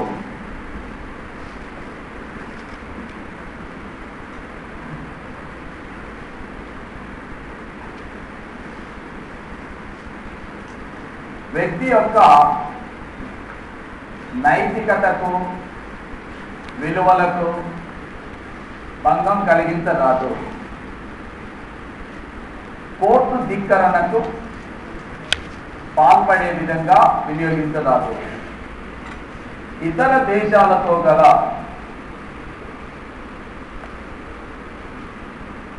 స్నేహ సంబంధాలు దెబ్బతినే విధంగా వినియోగించరాదు. ఇందులో ఇవన్నీ పరిమితులు యాక్చువల్గా రాసినాయి మాత్రం కూడా. మీరు ఒకసారి నేను మళ్ళీ చదువుతాను. ఇవి ఇప్పటిదాకా మీకు వివరించినటువంటి హేతుబద్ధమైన పరిమితులు, చట్టబద్ధమైన పరిమితులు అని చెప్తూ వచ్చినాను. వాటికి మీకు ఈజీగా అర్థం కావడం కోసం కొన్ని సాధారణ ఉదాహరణలు తీసుకున్నాను. మీకు వాటికి ఇక్కడ రాసినటువంటి వాటికి ఉన్న సంబంధం ఏంటో ఒకసారి చూడండి. నా స్వేచ్ఛా స్వాతంత్రాలు వినియోగించేటప్పుడు ఈ దేశ సార్వభౌమత్వాన్ని సవాలు చేయకూడదు. ఇప్పుడు వాడు సవాల్ చేసేది ఎవరిని? ఈ దేశం మొత్తాన్ని. ఎవడైనా తల్లిపాలు తాగిన వాడి నుంచి ఇక్కడికి వచ్చి నీ జాతీయ జెండా ఎగరేవైందని చెప్పి భారతదేశంలో భాగంగా ఉన్నటువంటి కాశ్మీర్లో కాశ్మీర్కు గుండె వంటి లాల్ చౌక్లో వాడు అలా వ్యాఖ్యానించినాడంటే ఎవరు సవాల్ చేస్తున్నట్టు? దేశం మొత్తాన్ని సవాల్ చేస్తున్నట్టు. అందువలన దేశ సార్వభౌమత్వాన్ని సవాల్ చేసే విధంగా వినియోగించరాదు. దేశ సమైక్యతా సమగ్రతలకు భంగం కలిగించరాదు. కాశ్మీర్లో మన అస్సాంలో ఈ ఉల్ఫా తీవ్రవాదం United Liberation Front of Assam అని చెప్పి రాస్తారు. వీళ్ళు అక్కడ గొడవ మీద భారతీయ కుక్కల్లారా వైదొలగట్టి, భారతీయులు ఎవరైనా సరే ఇక్కడ ఉంటే మీరు వెళ్ళిపోండి. USA United States of Assam, not America, మాదొక దేశంగా ఉండాలి అంటే నీకు కల్పించినటువంటి స్వేచ్ఛని దేశ సమైక్యతా సమగ్రతలకు భంగం కలిగించే విధంగా వినియోగించరాదు. శాంతి భద్రతలకు భంగం కలిగించే విధంగా వినియోగించరాదు. నిన్న మొన్న మీరు కొంతమంది నాయకుల పైన హేట్ స్పీచ్ కొంతమంది నాయకుల పైన ఈ హేట్ అంటే ఇతరులని కానీ దేశాన్ని కానీ కించపరుస్తూ వర్గాల మధ్యన ద్వేషాన్ని చేసేటటువంటి ఉపన్యాసం చేసినందుకు గాను కొంతమంది నాయకుల పైన కేసులు పెట్టి అరెస్ట్ కూడా చేస్తున్నారు. అరెస్ట్ చేసినారు కొంతమంది పైన కేసులు కూడా పెట్టడం జరిగింది. అంటే శాంతి భద్రతలకు భంగం కలిగించే విధంగా వినియోగించారు. హింసను ప్రోత్సహించే విధంగా కూడా వినియోగించరాదు. అలాగే ఇతరుల యొక్క పరువు మర్యాదలకు భంగం కలిగించే విధంగా డాక్టర్ సోమరాజు అని ఫేమస్ కావ్యాలు ఇస్తున్నారు. రాస్తారు ఆయన గ్రంథం రాస్తున్నారు. దాంట్లో ఎన్టీ రామారావు మరణానికి లక్ష్మీపార్వతే కారణం అని చెప్పి రాస్తున్నారు. ఆ బుక్ తీసుకొని డైరెక్ట్గా ఆ ఎక్స్ట్రాక్ట్ తీసుకొని లక్ష్మీపార్వతి నాంపల్లి కోర్టులో 2 కోట్లకు పరువు నష్టం చేసి ఇప్పుడు ఏడుగా ఏంటిది? నువ్వు ఏదైనా ఆరోపణ చేసి దానికి ఆధారం నువ్వు చూపించకపోతే ఇతరుల పరువుకు నష్టం కలిగించినట్టుగానే భావిస్తారు. పరువు నష్టం కేసేస్తే ఇక బతిలో ఆడి భంగపడి ఆమె దగ్గరికి వెళ్ళి ఇక ఎంతో కొంత చెప్పి ఆమె కేసు విత్డ్రా చేసుకునేటట్టు చేస్తుంది. అంటే నాకు స్వేచ్ఛ ఉందని చెప్పి నేను ఎవరిపైనా ఎలాంటి వ్యాఖ్య అయినా చేస్తానంటే అలాంటప్పుడు పరిమితులు విధించక తప్పదు. అలాగే నైతిక విలువలు, నైతికతకు భంగం కలిగించేటటువంటి విధంగా కానీ లేక కోర్టు ధిక్కరణకు పాల్పడేది. మీరు కోర్టులో ఏదైనా కేసు విచారణ జరిగేటప్పుడు దాని గురించి బయట కామెంట్ చేయకూడదు. చేస్తే సబ్జుడిస్ కింద అవుతుంది. వాళ్ళపైన కోర్టు ధిక్కరణ నేరం కింద కేసు పెట్టవచ్చు, అరెస్ట్ చేయవచ్చు. కోర్టులో విచారణ జరుగుతున్న కేసుల గురించి బయట విచారణ అంటే మనం మాట్లాడకూడదు, దానిపైన కామెంట్ చేయకూడదు అనమాట. అది కోర్టు ధిక్కరణ కిందకి వస్తుంది. అలాగే భారతదేశానికి ఇతర దేశాలతో ఉన్నటువంటి సంబంధాలు దెబ్బతినే విధంగా కూడా మీ స్వేచ్ఛా స్వాతంత్రాలు వినియోగించకూడదు. ఇప్పుడు చెప్పిన అన్ని అంశాలు కూడా మీకు అంటే కారణంతో కూడుకున్న హేతుబద్ధమైన పరిమితులు కనిపిస్తున్నాయా? మామూలుగా ప్రభుత్వం పరిమితులు విధిస్తుంది. ప్రతి సందర్భంలో కూడా కారణంతో కూడుకున్న పరిమితులు అంటే వీటిని దృష్టిలో పెట్టుకొని ప్రభుత్వాలు చట్టబద్ధంగా హేతుబద్ధమైన పరిమితులు విధించడానికి అవకాశం కల్పించడం జరిగింది. రైట్. ఇది జరిగిన తర్వాత నేను అమలు తీరు గురించి కూడా మనం మాట్లాడుకోవచ్చు. అమలు తీరు అని అంటే 1950లో రాజ్యాంగం అమలులోకి వచ్చిన కొద్ది రోజులు ఢిల్లీ పోలీస్ కమిషనరు ఆర్గనైజర్ అనేటటువంటి పత్రికా సంపాదకునికి ఒక సర్క్యులర్ జారీ చేస్తున్నారు. ఏమనంటే ఆర్గనైజర్ బ్రిజ్ భూషణ్ అనేటటువంటి ఆయనకు ఒక సర్క్యులర్. దాని అర్థం ఏంటంటే ఇప్పటి నుంచి ఆర్గనైజర్ పత్రిక యొక్క కాపీని, మొదటి కాపీని మీరు పత్రిక ప్రచురించడానికంటే ముందే ఆ కాపీని మాకు పంపిస్తే ఆ కాపీని మీరు చదివిన తర్వాత మేము అనుమతిస్తే అప్పుడు మాత్రమే ఆ పత్రికని రిలీజ్ చేయాలి, లేకుంటే రిలీజ్ చేయొద్దు అని చెప్పి ఒక సర్క్యులర్ జారీ చేస్తున్నాం. దీనిపైన ఇతను సుప్రీంకోర్టులో అక్కడే ఉంటుంది కాబట్టి ప్రాథమిక హక్కులకు సంబంధించిన అంశం కాబట్టి కోర్టులో కేసు వేసినారు. కేసు వేస్తే సుప్రీంకోర్టు మొత్తం విచారణ చేసింది. ఏమని కేసు వేసినాడు? మాదొక పత్రిక, ఆర్గనైజర్ అయిన పత్రిక, మేము పత్రికా స్వాతంత్రాన్ని అనుసరించి వార్తలు రాస్తున్నాం. ఒకవేళ మేము ఏమైనా వ్యతిరేకమైన వార్తలు రాస్తే, దేశానికో ఇంకా ఎవరికైనా ద్రోహం కలిగించే వార్తలు రాస్తే అప్పుడు మా పైన కేసు పెట్టి విచారణ చేయవచ్చు.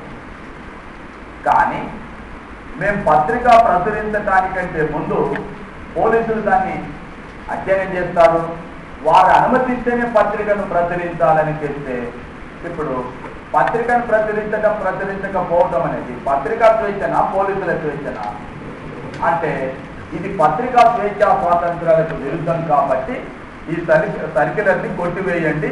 పత్రికా స్వేచ్ఛ స్వాతంత్రాలకు అంటే నువ్వు అనుమతిస్తే నేను పత్రికను ప్రచురించాలంటే, పోలీసులు అనుమతిస్తే పత్రికను ప్రచురించాలంటే ఇది పత్రికా స్వేచ్ఛ కిందకి రాదు కదా. కాబట్టి ఆ సర్క్యులర్ని కొట్టివేయండి అని చెప్పి ఈ బ్రిజ్భూషణ్ అనేటటువంటి ఆయన సుప్రీంకోర్టులో పిటిషన్ వేస్తే సుప్రీంకోర్టు ఢిల్లీ పోలీస్ కమిషనర్ జారీ చేసినటువంటి ఉత్తర్వులు చెల్లవు అని చెప్పి తీర్పునివ్వడం జరిగింది. దీని తర్వాత 1954లో ఖాలిద్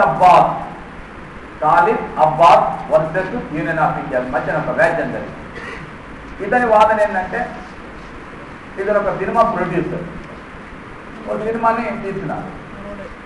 సినిమా రిలీజ్ చేయడానికంటే ముందు దాని సెన్సార్ బోర్డు వారు సినిమా చూసి దాంట్లో అనేక కచ్చర్లు వేసి కటింగ్ చేసి ఆ తర్వాత సినిమా రిలీజ్ చేయమని చెప్పినారు. దీన్ని అతను సుప్రీంకోర్టులో సవాల్ చేసినారు. పత్రికలు ప్రచురించడానికంటే ముందు పత్రికల పైన సెన్సార్ చేస్తే కోర్టు అది తప్పని చెప్పింది. పోలీసులకు ముందు చూపాలి, పోలీసులు పర్మిషన్ ఇచ్చిన పత్రికలను ప్రచురించాలనే నిబంధన చెల్లదని చెప్పింది. మరి పత్రికలను ముందుగా సెన్సార్ చేయడానికి అవకాశం లేనప్పుడు సినిమాలను మాత్రం ముందుగా ఎలా సెన్సార్ చేస్తారు? సినిమా విడుదల చేసిన తర్వాత ఒకవేళ దాంట్లో ఏమైనా వ్యతిరేకమైనటువంటి అంశాలు ఉంటే అప్పుడు తొలగించాలి తప్ప ముందుగా దీన్ని సెన్సార్ చేయడం ఎంతవరకు కరెక్ట్ అని చెప్పి కోర్టులో ప్రశ్నిస్తే సుప్రీంకోర్టు ఏమన్నదంటే సినిమాలను విడుదల చేయడానికంటే ముందే సెన్సార్ చేయడం తప్పేమీ కాదు, సెన్సార్ చేయవచ్చును. పత్రికలను సినిమాను ఒక దాట కట్టలేము. సినిమాలు అనేటటువంటి మోషన్ పిక్చర్స్ కాబట్టి అక్కడ జరిగేటటువంటి అంశాలు తప్ప ఒప్పులు కాదు, కానీ వ్యక్తులపైన డైరెక్ట్గా ప్రభావాన్ని చూస్తాయి, తీవ్ర ఉద్రిక్తతలకు లోనయ్యేటటువంటి ప్రమాదం ఉంది.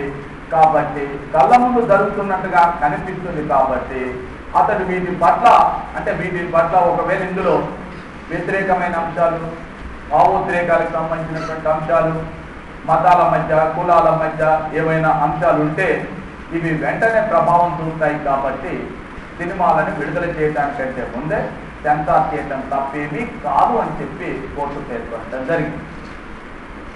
దీని తర్వాత మహారాష్ట్రలో ప్రదీప్ జాల్వి అనేటటువంటి వాడు ఓ నాటిక రాసినాడు. దాని పేరు మై నాథూరామ్ గాడ్సే బోల్తాయి. నాథూరామ్ గాడ్సే బోల్తాయి. నాథూరామ్ గాడ్సే అంటే తెలుసు కదా. అసలు ఈ నాటిక ఏం చెప్తుందంటే నాథూరామ్ గాడ్సే స్వర్గంలో ఉంటాడు, ఈ భూలోకంలో ఒక ఆయన ప్రశ్నిస్తుంటాడు, నువ్వు గాంధీని ఎందుకు చంపినావు, దీనికి గల కారణం ఏమిటి, దీని వెనకాల నీ ఉద్దేశం ఏంటిది, నువ్వు ఎందుకు తప్పు చేసినావు, ఇది ఈయన వేసే ప్రశ్నలు. ఆయన స్వర్గంలో నుంచి సమాధానం చెప్తుంటారు, నేను గాంధీని చంపలేదు, గాంధీ చావుకు తానే కారకుడు, గాంధీ భారతదేశంలో ఉండేటటువంటి కొన్ని వర్గాల యొక్క మనోభావాలను దెబ్బతీసే విధంగా తను ప్రయత్నం చేసినాడు అని చెప్పి అసలు తనకు అప్పేం లేనట్టు, మొత్తం గాంధీదే తప్పైనట్టు దాంట్లో ఆ వంచన వచ్చేటట్టుగా ఉంది. ఇది మహారాష్ట్రలో పెద్ద తీవ్ర సంచలనం సృష్టించింది. సంచలనం సృష్టించిన తర్వాత మహారాష్ట్ర గవర్నమెంట్ ఏం చేసిందంటే దాని నాటికని నిషేధించింది. దీన్ని మీరు ప్రదర్శించడానికి అవకాశం లేదు.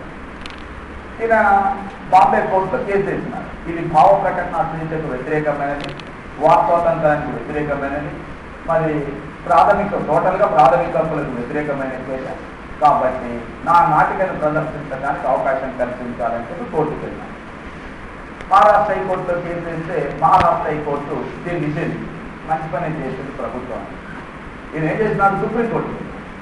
సుప్రీంకోర్టుకి వెళ్తే సుప్రీంకోర్టు ఫస్ట్ నాటికేంద్ర తీసుకురా, దాని వర్షన ఏముంది అని సుప్రీంకోర్టు మొత్తం ఆ స్క్రిప్ట్ మొత్తం చదివిన తర్వాత ఇక నీ నాటకాన్ని ఆపు అని చెప్పి ఏమి ఎక్కువ మాట్లాడటానికి ఏం లేదు.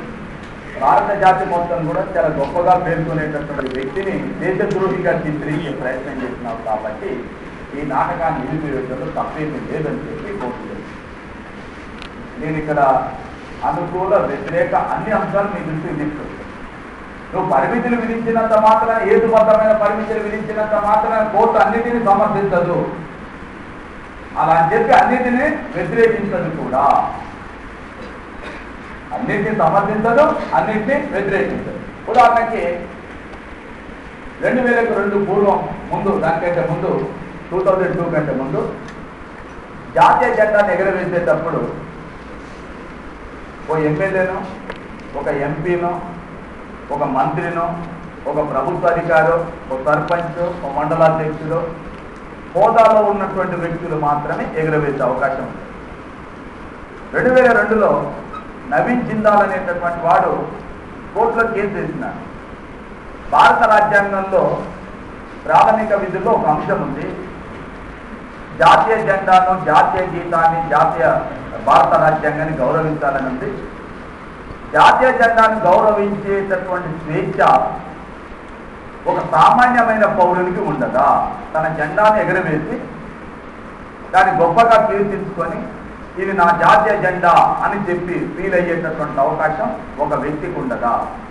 అలాంటి స్వేచ్ఛ ఉండదా అని చెప్పి కోర్టులో పిటిషన్ వేస్తే కోర్టు ఇచ్చిన తీర్పు ఏంటంటే జాతీయ జెండాను ఎగరవేయటం అనేటటువంటిది కూడా భావ ప్రకటన స్వేచ్ఛ కిందకే వస్తుంది.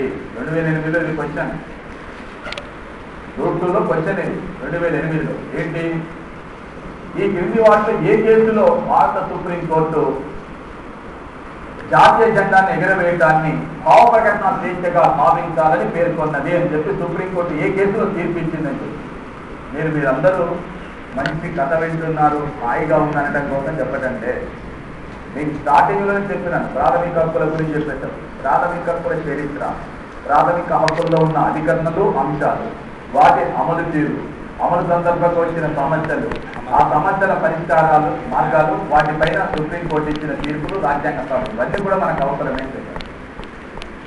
సో 2008లో క్వశ్చన్ ఏంటంటే సుప్రీంకోర్టు ఈ కింది కేసులో ఏ కేసులో జాతీయ జెండాని ఎగరవేయటం అనేది ఒక వ్యక్తి యొక్క భావ ప్రకటన స్వేచ్ఛ కిందికి వస్తుందని చెప్పి తీర్పునిచ్చిందని చెప్పి ప్రశ్నించినారు. అయితే ఈ 2002లో నవీన్ జిందాల్ కేసులు ఇచ్చినారు. ఆ తర్వాతనే భారత ప్రభుత్వం పిడి షెహనాయ్ నేతృత్వంలో ఒక జెండా కమిటీని ఏర్పాటు చేస్తే జెండా కోడ్ను తయారు చేస్తే 2003 నుంచి జెండా కోడ్ అమల్లోకి వచ్చింది. జెండా కోడ్ అంటే ఇక్కడ చాలా అంశాలు ఉన్నాయి దీంట్లో.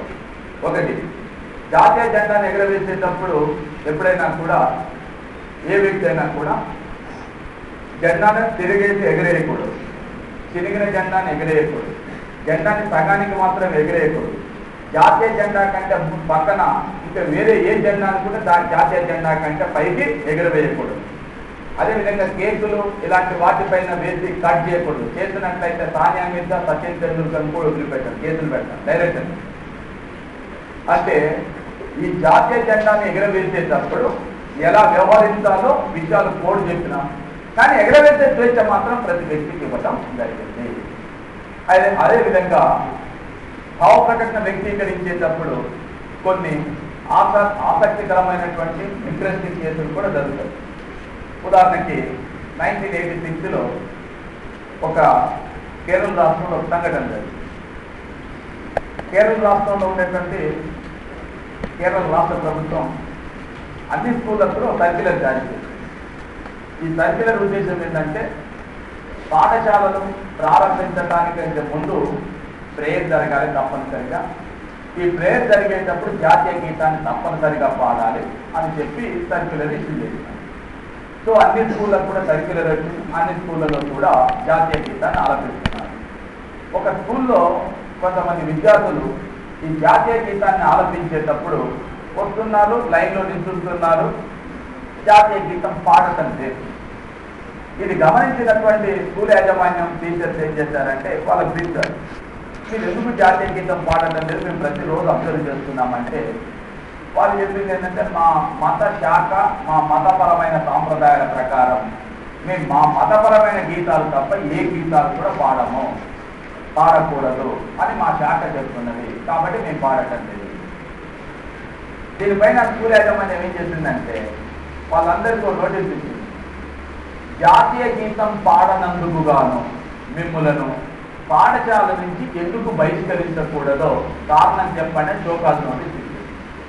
ఈ షోకాజ్ నోటీస్ తీసుకొని పోయి తల్లిదండ్రులకు ఇస్తూ తల్లిదండ్రులందరూ వచ్చినారు. ఏంటంటే ఇదేంటిదని అంటే మరి ఇది ప్రభుత్వం యొక్క ఆర్డర్, మీరు తప్పనిసరిగా జాతీయ గీతం పాడాలంటే వాళ్ళు ఏమన్నారంటే మా మత శాఖ ప్రకారం మా మత గ్రంథాల్లో చూడండి మేము పాడకపోతే మేము చర్య తీసుకుంటాం అని చెప్పి ఆ విద్యార్థులందరినీ కూడా స్కూల్ నుంచి ఎక్స్పెక్ట్ చేసినారు, తీసేసినారు. దీనిపైన వాళ్ళకి సంబంధించిన తల్లిదండ్రులు ఏం చేశారు, హైకోర్టులో కేసు వేసినారు. కేసు వేసి మా హక్కుకు మా వాక్ స్వాతంత్రం భావప్రకటన స్వాతంత్రానికి సంబంధించిన స్వేచ్ఛకు విరుద్ధంగా ఉంది, కాబట్టి ఈ సస్పెన్షన్ ఎత్తివేయండి లేకపోతే ఈ తొలగింపును ఎత్తివేయండి అని చెప్పి కోర్టుకి చెప్తే కేరళ హైకోర్టు ఏమన్నది జాతీయ గీతం పాడటం తప్పనిసరి, పాడకపోతే ఇలాంటి చర్య తీసుకుంటే మేము ఏం చేయలేము, హెల్ప్ చేస్తామని చెప్పి చేసేది. అప్పుడు విజయ్ ఇమాన్యుయల్ అనేటటువంటి ఆయన సుప్రీంకోర్టులో పిటిషన్ చేసినారు. సుప్రీంకోర్టులో పిటిషన్ వేసి ఇలా జాతీయ గీతం తప్పనిసరిగా పాడాలని చెప్పి సర్క్యులర్ వచ్చింది. దీన్ని మేము మా మతపరమైన శాఖను అనుసరించి మేము ఇతర గీతాలు పాడాం, కాబట్టి మరి దీనిపైన తప్పనిసరి చేస్తూ చేసిన దీన్ని విత్డ్రా చేసుకోవాలి, ఇది వ్యక్తి స్వేచ్ఛా స్వాతంత్రాలకు విరుద్ధంగా ఉందని చెప్పి కోర్టు చేస్తే భారత సుప్రీంకోర్టు ఒక సంచలనాత్మకమైన తీర్పు చేస్తూ 1986లో Vijay Emmanuel versus State of Kerala మధ్య జరిగిన వ్యాజ్యంలో సుప్రీంకోర్టు ఇచ్చిన తీర్పు ఏంటంటే జాతీయ గీతం పాడటం తప్పనిసరి కాదు,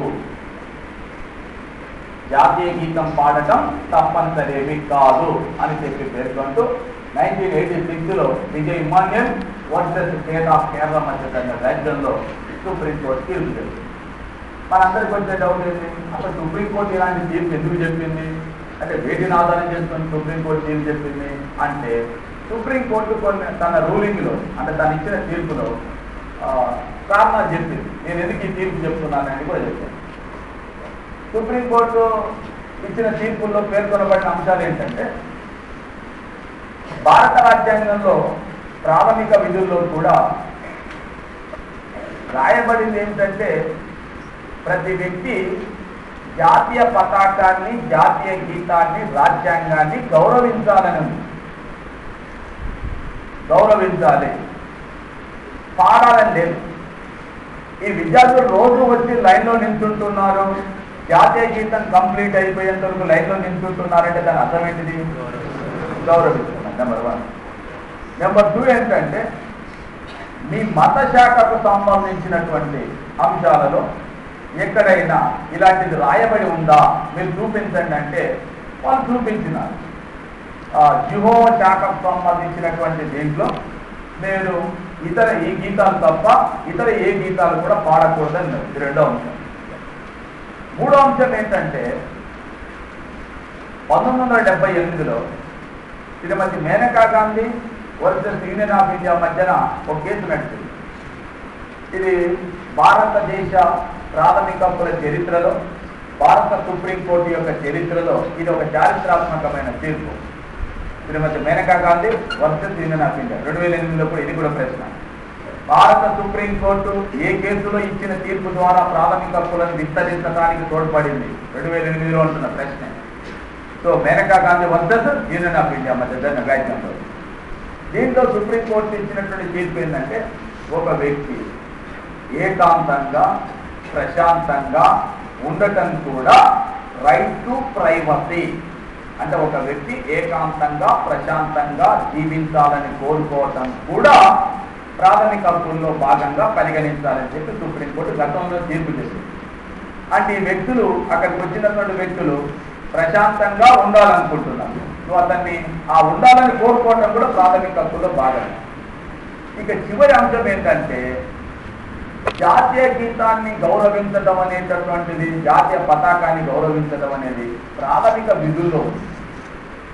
ప్రాథమిక విధుల ప్రకారము వీటిని తప్పనిసరిగా పాటించాలని కోర్టులు ఆదేశాలు జారీ చేయడానికి అవకాశం లేదు. నువ్వు ప్రాథమిక హక్కులు పాటించాలని చెప్పి కోర్టులు ఆదేశాలు జారీ చేస్తారు, ఆజ్ఞలు జారీ చేస్తారు, రిట్లు జారీ చేస్తారు. కానీ ప్రాథమిక విధులను పాటించాలని కానీ ఆదేశ సూత్రాలు పాటించాలని కానీ కోర్టులు ఆదేశాలు జారీ చేయడానికి అవకాశం లేదు. ఈ 4 కారణాలను చూపుతూ సుప్రీంకోర్టు జాతీయ గీతం పాడటం తప్పనిసరి కాదు అని చెప్పి తీర్పునివ్వడం జరిగింది. అంటే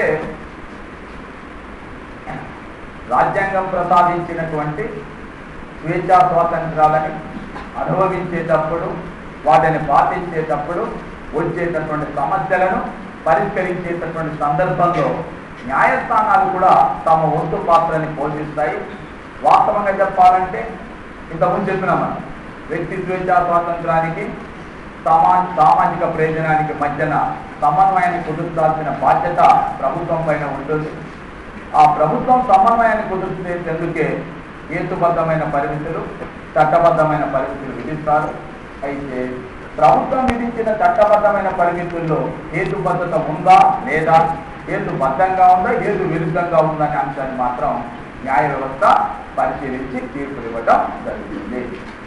ఈ క్రమంలో 1973లో Bennett Coleman versus Union of India మధ్య కూడా ఒక వ్యాజ్యం జరిగింది. Bennett Coleman versus Union of India. ఈ Bennett Coleman versus Union of India మధ్య జరిగిన వ్యాజ్యంలో భారత ప్రభుత్వం ఏం చేసిందంటే, ఈ పత్రికల యొక్క పేజీలు ఏవైతే ఉంటాయో ఈ పేజీలను తగ్గించాలని చెప్పి, పత్రికల యొక్క పేజీలను తగ్గించాలని సుప్రీంకోర్టు అన్ని పత్రికలకు కూడా ఒక సర్క్యులర్ జారీ చేసింది. దీనిపైన బెన్నెట్ కోల్మన్ అంటే పత్రికా వర్గానికి సంబంధించినటువంటి సుప్రీంకోర్టులో పిటిషన్ చేస్తున్నారు. పత్రికల యొక్క పేజీలను తగ్గించాలని చెప్పి ప్రభుత్వం ఆదేశాలు జారీ చేయడం అంటే ఆ మేరకు వ్యక్తి యొక్క స్వేచ్ఛా స్వాతంత్రాలను తగ్గిస్తున్నట్టే, హరిస్తున్నట్టే. కాబట్టి దీన్ని కొట్టివేయండి అని చెప్పి సుప్రీంకోర్టు చెప్తే సుప్రీంకోర్టు చాలా స్పష్టంగా ఈ బెన్నెట్ కోల్మన్ వాళ్ళు జారీ అంటే వేసిన పిటిషన్ అనుసరించి ఇలా ఆదేశాలు జారీ చేయటం అంటే, పత్రికల పేజీలను తగ్గించడం అంటే వ్యక్తి స్వేచ్ఛా స్వాతంత్రాలను హరించి వేసినట్లుగానే భావించాలని చెప్పి సుప్రీంకోర్టు పేర్కొనడం జరిగింది.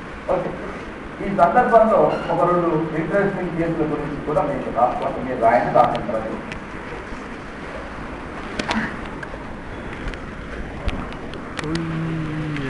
ఇదంతా అల్లుందా అసలు లేవు కాబట్టి సార్ చెప్తున్నాను కదా, అవన్నీ ఉన్నాయి సార్. అంటే ఉన్నాయా? ఇప్పుడు Murali Devara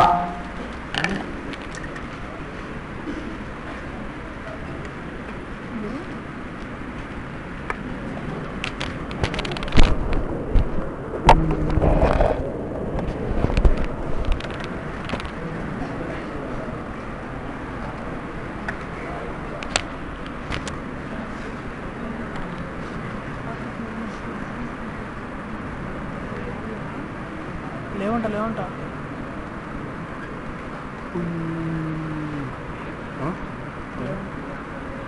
versus Union of India మధ్య జరిగిన వ్యాజ్యంలో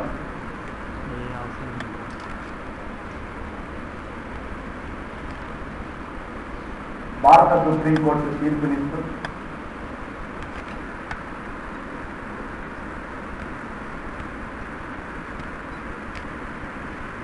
బహిరంగ ప్రదేశాలలో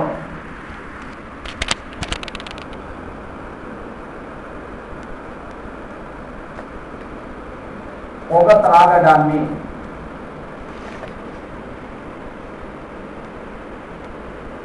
నిషేధిస్తూ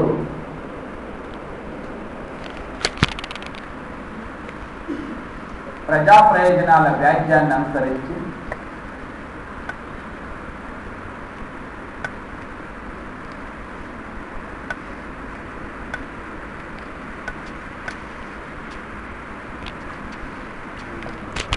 ఆదేశాలను జారీ చేస్తూ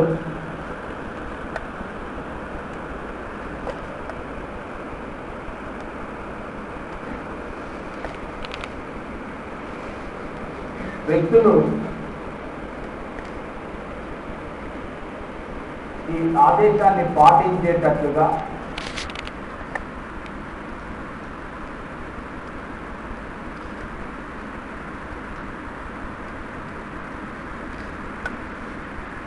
ప్రభుత్వాలు చర్యలు తీసుకోవాలని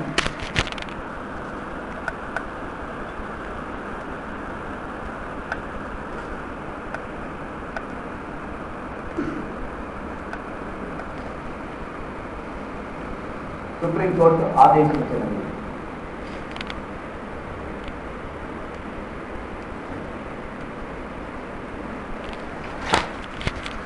next, information broadcasting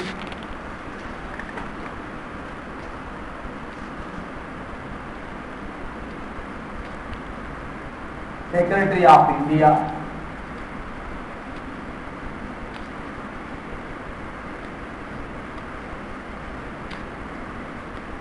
versus Bengal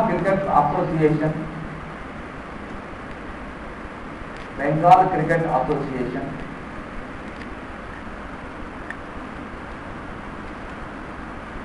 మధ్య జరిగిన వ్యాఖ్యానంలో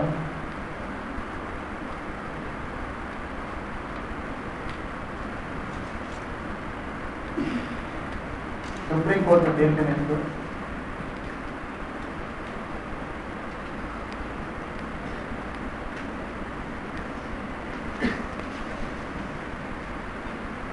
క్రికెట్ మ్యాచ్లను ప్రసారం చేసే విషయంలో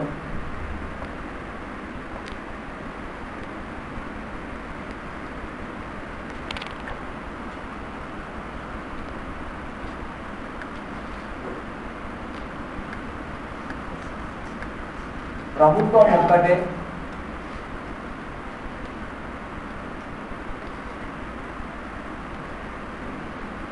ఏకస్వామ్యాన్ని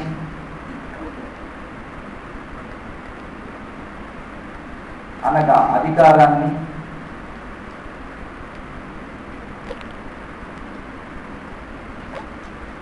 కలిగి ఉండాలని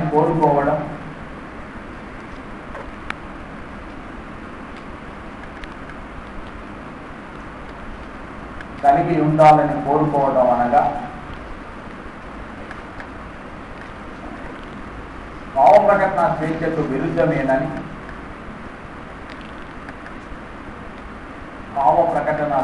విరుద్ధమేనని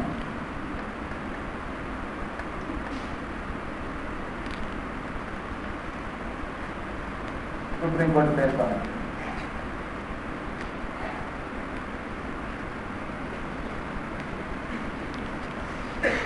next, Charita versus State of ఏపీకి మధ్య జరిగిన వ్యాజ్యంలో చరిత వర్సెస్ ఏపీ ఆంధ్రప్రదేశ్ మధ్య జరిగిన వ్యాఖ్యానంలో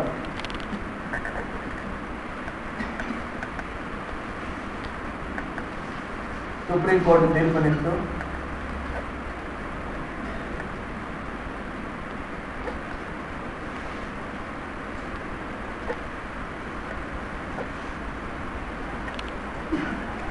జైళ్లలో ఉన్న వ్యక్తులను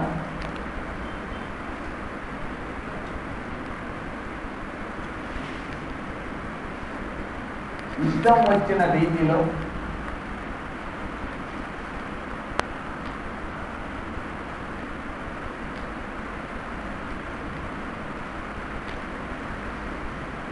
ఇంటర్వ్యూ చేయడానికి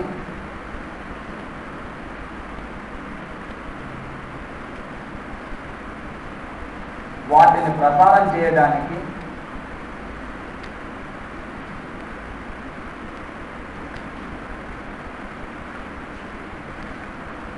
పత్రికలకు లేదా మీడియాకు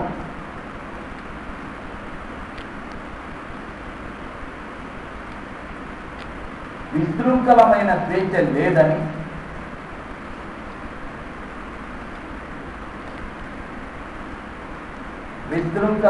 స్వేచ్ఛ లేదని సుప్రీంకోర్టు పేర్కొన్నది.